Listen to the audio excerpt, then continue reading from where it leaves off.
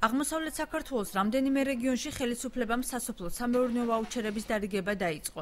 აჭარაში კი ფერმერებს შესაბამისი დახმარება ჯერ არ მიუღიათ. ისინი ჩვენთან საუბრისას აცხადებენ, რომ ციტრუს სპეციფიკური მიდგომა და შესაბამისი მოვლა სჭირდება, რაც გაზაფხულიდან უნდა დაიწყოს.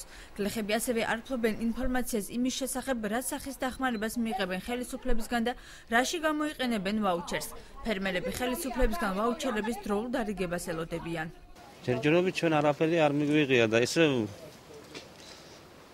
ამბობენ რომ მიიღებთ და უკვე დროა ესე რომ მივიღოთ. თუნა მეიტანონ ნორმალური თორე და კონტენტ ყურა გვამუშავებენ და გვაპნებიებენ და მასოც იგერაგებ რა ვეხავისებ ასოთის პნება თუ იყოს ხარისხიანი და ნორმალური.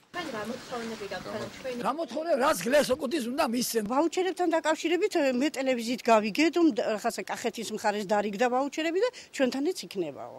რა თქმა უნდა დროა თუ არ გაგვითოლდა უკვე მე ხალი და რაღაცები და თესილი მაქვს ამინდები ისეთ იყო და მაი ღმერთის საქმე ახლა თუ არ გათოლდა ალბათ ამინ დროა უკვე რომ დავთესოთ ყველაფერი და თუ ეს დარიგება იქნება და რამეს ხელ შეგვიწყოს და იმედი გვაქვს რომ უნდა შეგვიწყოს რომ ისეთი კაცია სათავეში მოსული ნამდვილად შეგვიწყობს, დიდად მადლობელი ვიქნებით. აჭარის სოფლის მეურნეობის სამინისტროს ცნობით ვაუჩერიზაციის პროცესი მარტიდან დაიწყება და თვის ბოლომდე დასრულდება.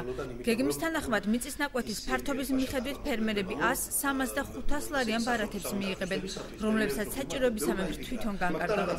ბარათები მხოლოდ მიწის გასაფუერებელი სამუშაოებისთვისაა გამოყოფილი და იგი სასუქის ყიდვას ან სხვა დამხმარე იარაღით უზრუნველყოფას არ ითვალისწინებს. ფერმერებს, რომლებსაც გააჩნიათ 0 ჰექტრიდან 0,25 ჰექტრამდე, ანუ 2500 კვადრატული მეტრი მიწის ფართობი. მასში ეს მრავალწლიანი თუ ერთწლიანი კულტურა. ასეთი ფერმერები მიიღებენ ნომინალურ სასოფლო-სამეურნეო ბარათს.